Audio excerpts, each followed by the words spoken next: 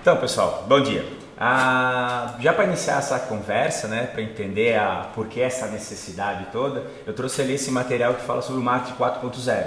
Tem a evolução dele ali, mas obviamente vamos focar na quarta revolução do marketing, né? Quem já leu Kotler, ele fala muito, esse material foi adaptado do Kotler e ele traz essa característica que nós temos agora, né? Cada vez mais o consumidor ele vai ser mais fragmentado e ele vai ser mais onipresente, ele vai estar em todos os locais e ele vai querer que as marcas estejam também assim. Então, quando a gente vai trabalhar numa equipe de comunicação, a gente não trabalha mais de forma isolada. Cada vez mais a gente vai ter que usar os conceitos de branding, né? Que é o quê? Tu criar uma comunicação integrada, uma essência da marca e ela conversa de uma forma mais próxima com esse nosso consumidor, os clientes, nossos clientes, correto? Se eu passar aqui para frente, eu trouxe 3 pontos para a gente observar. Normalmente a gente, numa campanha, no dia a dia, de uma forma tradicional, no marketing, até o marketing 2.0, a gente trabalhava muito com segmentação de mercado, né? A marca atinge classe A, B ou C, de alguma idade, assim por diante. Só que ainda é feito assim, não é errado, mas a gente precisa avançar um pouco mais em criar uma persona ou um meeting point. A persona, ela trabalha muito mais características psicológicas, né, comportamentais dos indivíduos, dos consumidores. A gente trabalha de uma forma mais intrínseca. E o meeting point a gente vai trabalhar um fluxo comunicacional, né, que trabalha aquela questão de um ponto externo, né, que as pessoas tendem a procurar referência, elas tendem a se encontrar. Eu trouxe 3 exemplos de umas marcas para compreender isso. Eu printei o Instagram das marcas, tá, para a gente dar uma olhada. Então, no Instagram tradicional de uma marca que trabalha com segmentação, com um produto só, ele traz muito mais promoção, tu percebe que não tem uma identidade, né? Ele vende mais uma oportunidade de compra. Ali são roupas, né? Plus size, tamanho normal, camiseta, meio que ele pega uma segmentação classe C, de forma geral masculino e feminino, né? Quando a gente entra na ideia de persona, a gente vai aprimorar um pouquinho mais essa comunicação. A gente foge um pouco da venda de produto para vender um pouco mais uma identidade, né? Uma autoimagem. Se a gente olhar o prisma de Kaffer, né? Ele traz aquela questão de uma identidade, vai subindo, né? Autoestima e assim por diante. Então a gente consegue trazer referências estéticas, né? Aqui eu só trouxe imagem para ser mais fácil, mas depois vai para o texto, vai para as hashtags, vai para a música, vai para qualquer outro elemento que a gente usa na comunicação. Na sequência, a gente tem o meeting point. Algumas marcas já trabalham muito bem com isso, né? Então elas chamam os consumidores para esse ponto externo. O ponto de interesse, nesse exemplo a marca Patagônia, né? Ela cria os esportes outdoors de aventura. Então ela faz uma série de ação. Esses chamados desde as fotografias, desde a iluminação, né? Desde os textos, da copy, vai ser chamado para esse mundo. Essa marca em particular, vale a pena dar uma olhada na comunicação dela, que ela vende o produto através da sustentabilidade. Então toda a ação, todo o chamado dela é para esse conceito de vamos aproveitar o ambiente, vamos usar ele cuidando dele. Então percebo que não tem mais uma personalidade específica para isso, mas um ponto de interesse em comum de um grupo grande de pessoas. Então a gente foge daquela ideia tradicional de segmentação. Quem compra a Patagônia, por exemplo, não precisa ser classe A, ou classe C ou classe B, nem homens e mulheres, nada. Vão ao encontro desse objetivo em comum que eles têm, né? Então esse resumo rapidinho para contextualizar o nosso problema é o desafio que a gente, comunicador, tem nesse momento, né? Como levar um produto, um serviço, uma ideia, né, para um consumidor de forma a atrair ele. Antigamente era fácil, nós tínhamos segmentações, todo jovem gostava disso, toda mulher gostava de outra situação e todo homem gostava de carro, por exemplo. Hoje já não funciona tão simples assim. Para isso a gente usa uma ferramenta, tá, que é a jornada do usuário. Tá? Olha só, é um método para estudar a maneira como o serviço é prestado ao usuário. Tá? Explora o modelo mental do usuário e seus padrões comportamentais, processos, caminhos vividos, traduzindo sua bagagem e experiência. Então o que a gente vai fazer? A gente vai começar a olhar para o indivíduo, ver tudo que circula a ele, para quando a gente precisar apresentar um produto para ele, um serviço, né, um bem, a gente consegue dialogar de uma forma bem interessante. Só fazendo um adendozinho, isso que a gente está falando aqui não acontece só na comunicação, há uma evolução em outras áreas também. Por exemplo, Muito recrutamento de RH na entrevista, né, por curiosidade, eles estão perguntando para as pessoas o que elas fazem fora trabalho, né, quais são os hobbies delas, quais são a vida dela fora o ambiente de trabalho. Justamente por isso, as pessoas elas começam a ser entendido que elas são aquilo que elas fazem, o ambiente social que elas estão, né? Então não importa mais uma característica técnica, e sim o que ela pode oferecer num ambiente maior, numa coisa mais complexa, tá? Então, para isso, para entender esse cliente, a gente faz uma série de perguntas, uma série de suposições e pensamentos, tá? Olha só, enquanto observamos e tomamos notas, né, compreendemos o que compreendemos, né, o que é pensado, mas não o que é falado. Isso é extremamente importante, né? Se a gente perguntar para uma pessoa o que importa, ela vai falar qualidade e preço. Tá? Mas a gente sabe que as pessoas não compram somente qualidade e preço em todos os produtos, em todos os consumos dela. Porque é bem comum as respostas das pessoas serem racionais, ou serem respostas que a gente sabe que tem que ser dado. Por isso a gente tem que olhar as entrelinhas na atitude, no comportamento, no que vem por trás dessas funções. Ajuda a ter uma percepção mais clara, né, sobre a ação de nossas palavras e ato em suas pessoas. Ajuda a lidar melhor com conflitos em situações variadas com o cliente. Melhora a comunicação, entendemos o que é importante para as pessoas à nossa volta e sabemos como devemos motivá-las a negociar com elas. Então são características que fazem o quê? A gente dá um passo atrás. A gente não vai direto para a comunicação e tenta entregar uma ideia, um produto ou serviço. A gente dá um passo atrás para compreender o que está acontecendo com esse grupo, né? Para poder sim fazer um melhor trabalho, uma melhor função que nos compete. Então, entendendo nosso cliente, tá? Certamente, né, a empatia traz visão mais ricas da nossa vida. O conceito de empatia é bem simples, a gente se coloca no lugar dos outros, né? Então, para a gente entender por que alguém consome, por exemplo, uma marca de cerveja, a gente tem que entender o que? Ele vai consumir simplesmente porque ele está com sede, ele vai consumir porque ele faz parte de um grupo social, ele vai consumir porque aquela cerveja vai fazer parte da identidade dele. Vamos fazer uma reflexão simples assim, ó.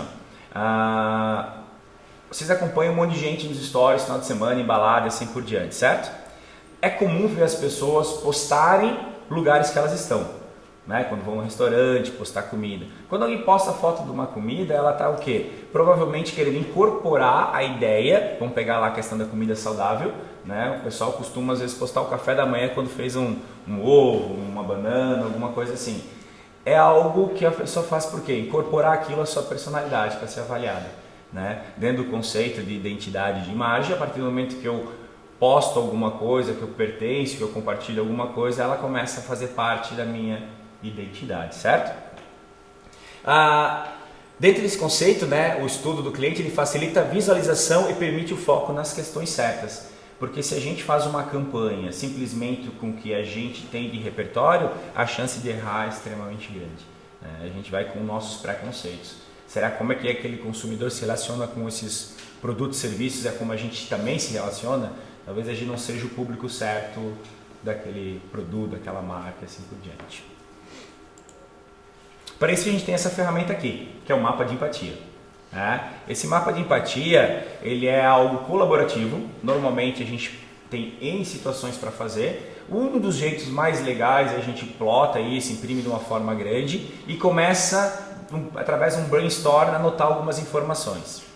Como é que é o correto de fazer ele? Tá? Equipe multidisciplinar, então tu envolve o teu cliente, tu envolve vendedor se tiver, tu envolve gerente, tu envolve todos os indivíduos, né, dentro do processo e também o consumidor.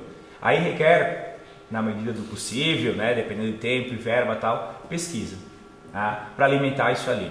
A gente pode fazer as pesquisas de modo tradicional, né, entrevistas, questionário, podemos partir para as pesquisas etnográficas, na qual a gente vai stalkear esses consumidores, né? Imagine lá, a gente pega uma marca de cerveja para fazer a propaganda. A gente, dentro do processo, vai ter que tomar umas decisões de comunicação, os elementos visuais, estéticos para colocar na campanha.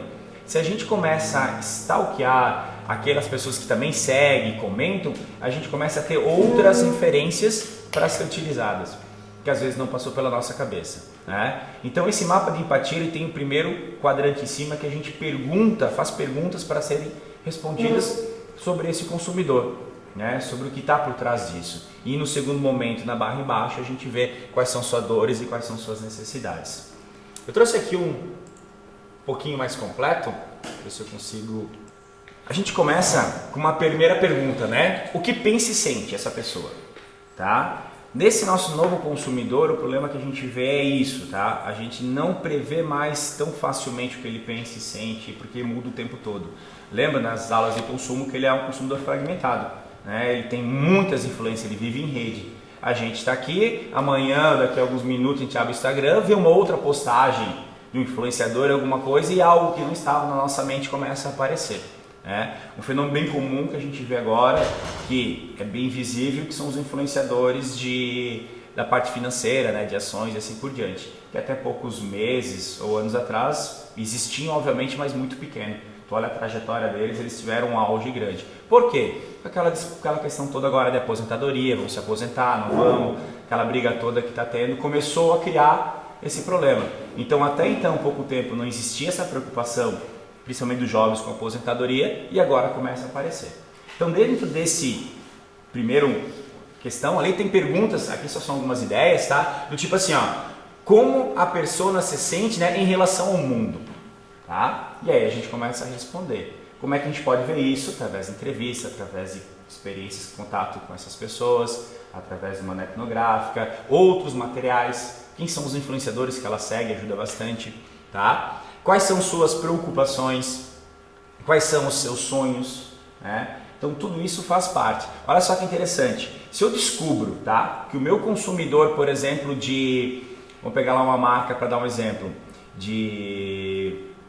eu tenho uma cafeteria, certo? A minha cafeteria lá vende o quê? Café, um doce e tal, bem tradicional. Só que quando eu vou criar alguma coisa, eu descubro que essas minhas pessoas têm um sonho, por exemplo, em viajar, eu posso trazer para a minha comunicação, para a minha ação, ou até adaptar algum produto com alguma questão de viagem. Seja um nome de produto, seja uma história, criar um storytelling, seja fazer uma ação com um evento com cafés diferente. Enfim, a gente vende um produto, um bar, né, uma cafeteria, mas surge para atrair esse consumidor, para gerar um conteúdo, alguma coisa, algo a mais para isso. A gente sai de uma zona de conforto, que até então a gente, dentro de um marketing mais, entre aspas, tradicional unilateral, a gente só anunciaria que existe cafeteria, anunciaria alguma promoção ou um combo de produtos, algo muito mais racional, tá? Quando a gente vai para o quadrante do lado aqui, tá, nós temos o que houve. Quais as pessoas e ideias influenciam essa persona? É muito importante, quando a gente faz um mapa de empatia, a gente descubra quais são os principais influenciadores, seja micro, seja macro influenciadores, porque é uma ferramenta que a gente usa, certo? É bem comum isso. Então a gente pode mapear ali.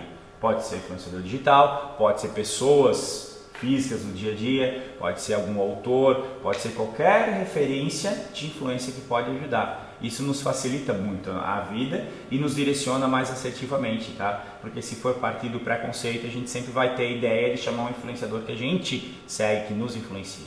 Mas talvez não é aquele que causa brilho nos olhos dos consumidores. Quais são suas marcas favoritas? Né?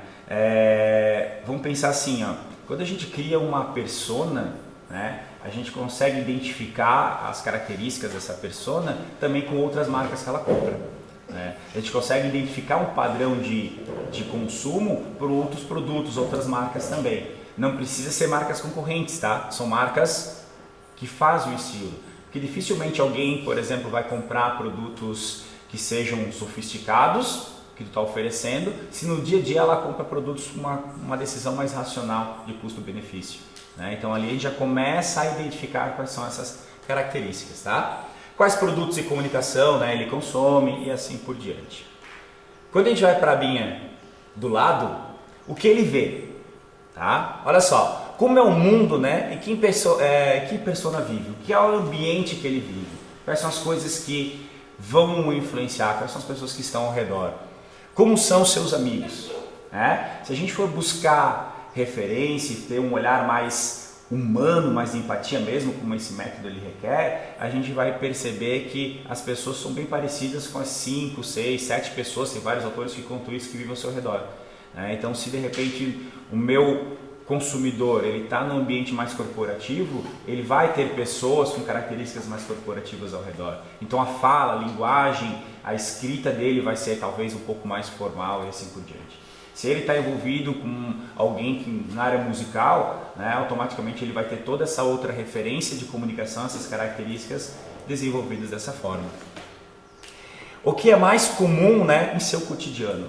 Quais são os elementos, né, mais comum no dia a dia? A gente sempre brinca e usa como exemplo assim, ó, tu identifica que o teu consumidor gosta de bicicleta, né, e aí em algum momento tu vai criar uma campanha, um vídeo, alguma coisa que vai colocar a bicicleta como um elemento para atrair, para criar valor para essa comunicação. Só que daí a gente pergunta, qual bicicleta? Vou botar uma fixa, uma speed, uma mountain bike, assim por diante.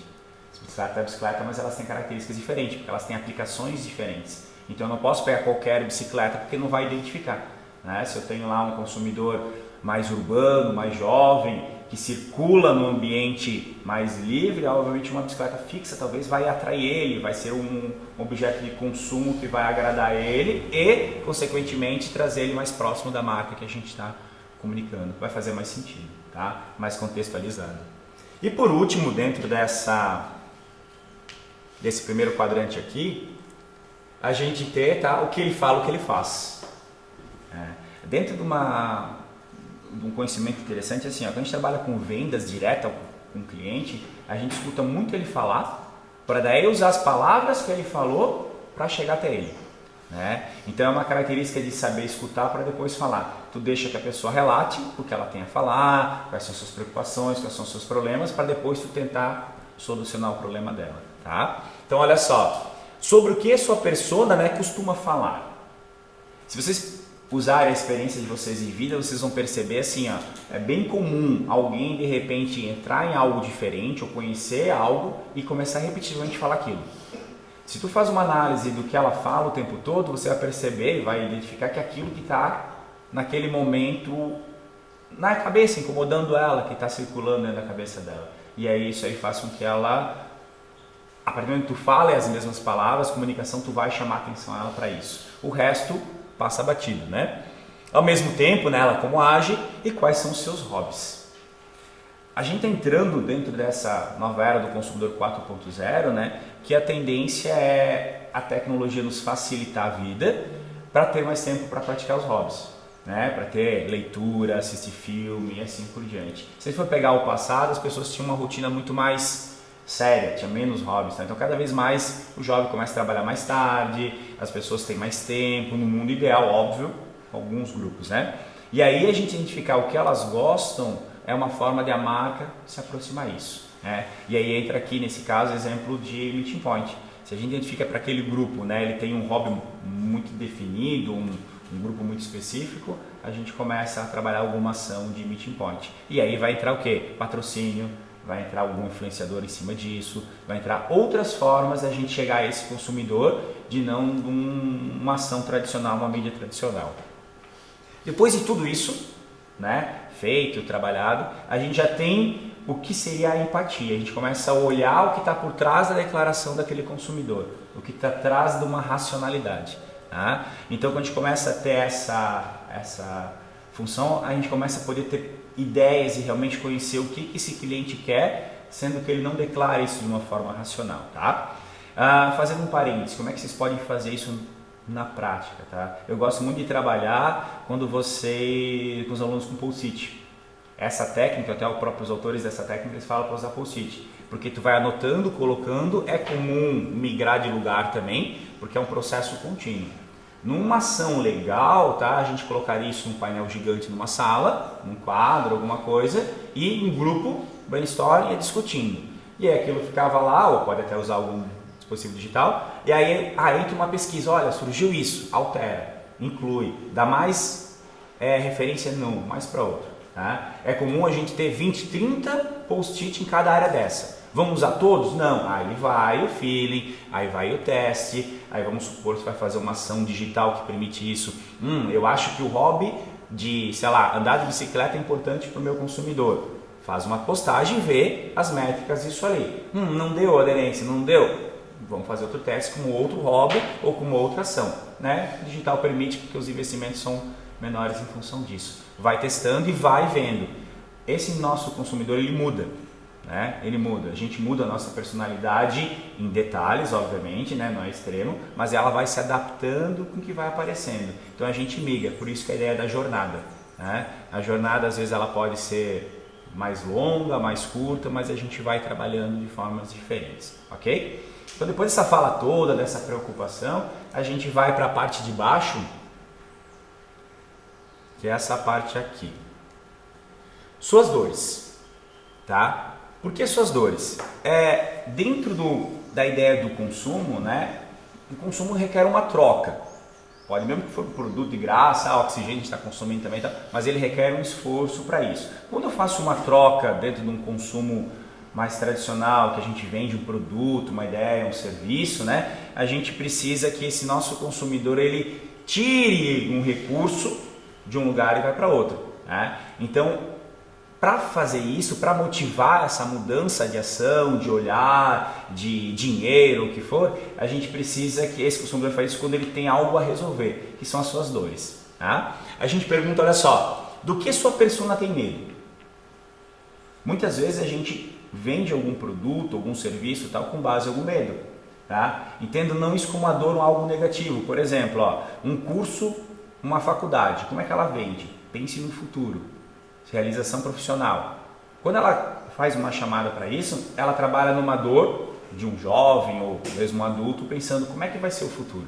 Né? Então cria essa preocupação, acho que eu vou ter que fazer uma pós-graduação porque está todo mundo fazendo também, o mercado está precisando, é uma dor. Então eu vou criar um esforço para isso ali. E aí eu entro em uma escola. Tá? Então as dores são sempre umas falhinhas. Quais são suas frustrações? Tá? Que obstáculos precisa ultrapassar para conseguir o que deseja? Tá? Então vamos pegar um exemplo para a gente só pensar rapidinho da cafeteria. Né? Claro, muita gente vai lá e toma um café, por quê? Porque fisiologicamente, né, pirâmide de Maslow está com fome ou está precisando lá de uma cafeína para ficar acordado. Tranquilo. Só que às vezes para isso um cafezinho preto passado de 1,50 resolve. Se eu tenho um cliente de uma cafeteria mais arrumada, tem uma cafeteria com uma estrutura legal, que vende cafés gourmets e assim por diante, não é uma decisão simplesmente por um alimento, é uma decisão por algum outro motivo, certo? Por que alguém paga mais caro pela Starbucks, por exemplo? Starbucks é um case legal, as pessoas pagam mais caro por um café. Por quê? Porque ela traz outras características, né? Originalmente ela começou permitindo que as pessoas fossem lá, fizessem network, um ambiente para trabalhar, que não fosse em casa ou nem no ambiente de trabalho, ou quando tu estás em viagem. Então ela criou uma imagem de marca tão legal que as pessoas se orgulham de estar lá e aquilo volta a fazer parte do ambiente. Então, por exemplo, quando alguém usa uma camisa social de repente para uma reunião, alguma coisa assim, tá? Eu vou ter uma reunião com os meus chefes, né, para apresentar ou com um cliente. Eu vou ter que botar uma roupa um pouco mais apresentável. Tal. Eu tenho uma dor, dificuldade para aceitação social, para ser reconhecido. Né? Então a gente pode até usar a pirâmide de Maslow para começar a entender essas dores ali. Todo produto que a gente compra, sem exceção, tirando, claro, os commodities do dia a dia, né? É muito perigoso falar sem exceção, mas é motivado para suprir uma necessidade, um desejo. Essa necessidade e desejo são essas dores, essas preocupações. Correto?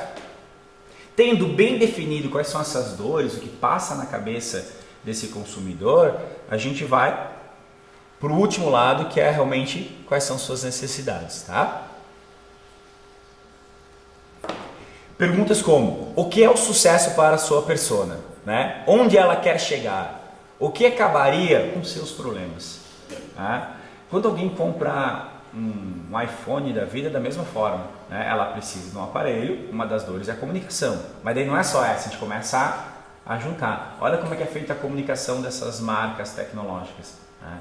Elas meio que apresentam tu tendo aquele aparelho como tu tendo um passo à frente, tu tendo um destaque, tu sendo alguém um pouco melhor. Se aquilo que ela apresentou for algo muito,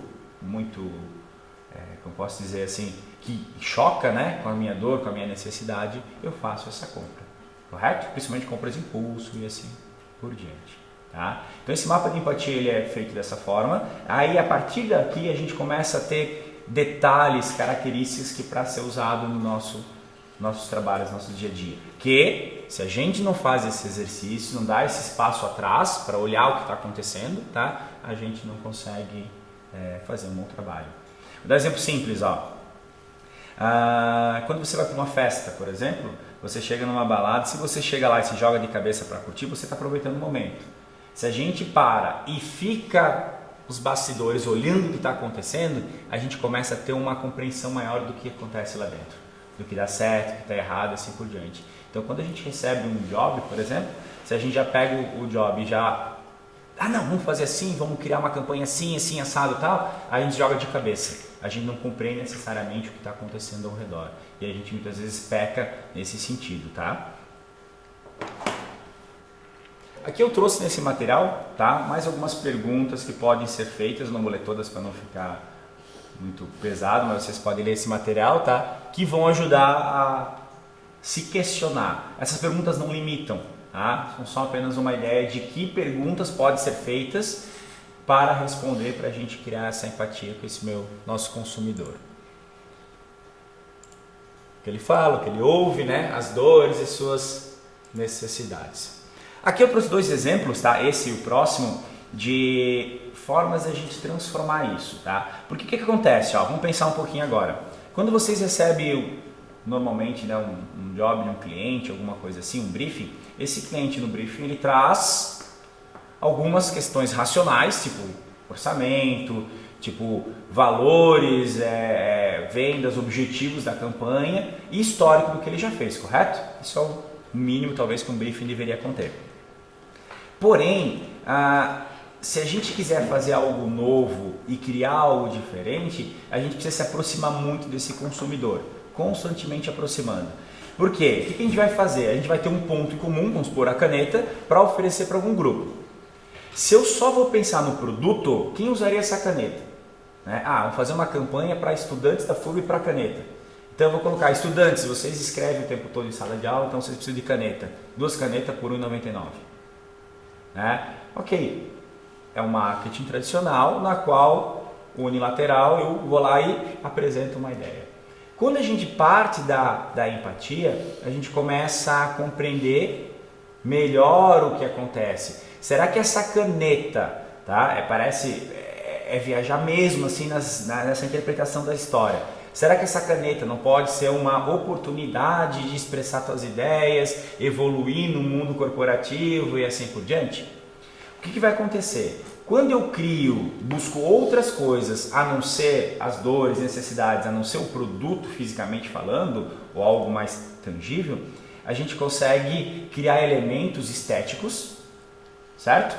Porque, por exemplo, quando a gente faz uma foto, uma produção, né, faz um vídeo, a gente não tem que criar um ambiente, a gente não tem que ter um cenário, não tem que ter um local. Esse cenário tem que ter aderência, tem que dar match com a personalidade, com as necessidades. Tá? Quando a gente cria lá para o digital as hashtags, por exemplo, tu vai ter hashtags racionais que fazem parte, né, do planejamento, só que às vezes a gente pode criar umas hashtags que também, a palavra-chave, o SEO, que são as preocupações. Porque, por exemplo, se a gente for ver quantas pessoas vão procurar no Google comprar caneta? Muito pouco, correto? Tem caneta em todo lugar e tal. Agora, quantas pessoas estão procurando no Google, por exemplo, sobre profissional do futuro? Quais são as características dos profissionais do futuro? Não é muito maior? Se eu entendo que esse meu consumidor tem esse problema, eu sou uma marca de caneta, eu começo a gerar conteúdo que faz um encontro, que vai ao encontro daquela necessidade do consumidor, aquela dor. E aí nesse meio eu insiro a ideia da marca da caneta. Automaticamente ele lendo esse conteúdo, ele se aproximando disso, ele vai fazer o quê? Ele vai começar a compreender e ele vai entender que ter a caneta faz parte desse processo para resolver sua dor. Então a gente transforma aqueles textos nesses moodboards que a gente chama, nesses painéis. A gente pode pegar, por exemplo, se for persona, que é uma figura fictícia, uma foto de uma pessoa, um desenho, um avatar, para ajudar a representar isso ali. Outros elementos ao redor, palavras, estética, dependendo como tu monta isso ali, tu vai também criar elementos visuais para edição do vídeo, né? Seja corte, seja nuance, seja iluminação, tá? Então tudo que você vai decidir, as cores predominantes, elas vão passar assim. Tem esse outro exemplo, tá? Que eu trouxe aqui, como a gente transforma. Então a gente começa a traduzir isso. Lembra que no começo da nossa fala a gente falou que o consumidor ele é onipresente, ele está em todo lugar? Não adianta a gente fazer uma campanha nesse momento e, sei lá, se o site do cliente é de uma forma, se o aplicativo é de outra forma, se o atendimento da loja é de outra forma. Dentro da ideia do branding, que a gente cria, ele tem que criar toda uma comunicação, uma essência. Eu trouxe lá no Instagram o case da Farm, né? Se a gente for na loja da Farm, aquilo que você está vendo ali, você vai encontrar na loja também, aquela essência. A forma de falar, de vestir, de agir, se tu liga lá, o tom da voz que conversa com o cliente é o mesmo. Né? Então é importante que tu tenha esse passo atrás para criar essa documentação. E aí é muito interessante como método de trabalho, até para dividir essa ideia com a equipe de criação e validar isso com o cliente, que cria um mood board. São ideias, se você for na internet tem um monte disso aí. São ideias que você coloca e você começa a transmitir. Né? Por exemplo, exercício, se a gente olhar para esse quadro agora e tiver essa imagem ali, você já começa a entender uma persona. Né? Ali a gente tem esse John, características dele, já tem uma estética. Né? Quem for criar, por exemplo, uma arte, um design gráfico já começa a entender. Aqui são só uns exemplos, né? Mas por exemplo, essas imagens dessa árvore, desse grafite e tal, de onde é que elas viriam? Né? Elas viriam daquilo que ele vê do mapa de empatia. De outros, descobrimos que esses consumidores seguem grafiteiros, por exemplo. Né? Que tipo de arte esses grafiteiros fazem? Então a gente vai trazendo isso para o nosso elemento, para o nosso dia a dia. Então quando a gente cria uma comunicação, a gente vai pegar a caneta, o produto, por exemplo, e inserir ela no ambiente. Né? Esse ambiente que é inserido são características estéticas, cores, formas, texturas, movimentos, né? E falas, só textos, roteiros, áudios, tudo, podcast, tudo que vocês, né, têm como comunicação para chegar dele contextualizado num ambiente na qual é empático com esse consumidor, que ele vai se identificar. Né? Por curiosidade, vocês perceberam que as marcas mais modernas de moda, os manequins estão sem rosto? Né? Que foi provado, já foi visto que é muito mais fácil da pessoa se identificar usando a roupa quando o manequim não tem muita referência. Porque, sei lá, se eu sou loiro e tenho um manequim com cabelo moreno, não é outra pessoa. Assim, um manequim liso é mais fácil de eu olhar e me imaginar usando aquela roupa. Então é mais fácil de eu me colocar dentro daquele contexto. Quando a gente trabalha com vitrine, quando a gente trabalha com comunicação, é dessa forma. Né? Toda a fotografia, todo o vídeo e tal, há uma necessidade de o consumidor se inserir, se ver usando aquele material, aquele produto, aquele serviço pertencente àquilo. Por isso que a ideia é do mapa de empatia. Ok?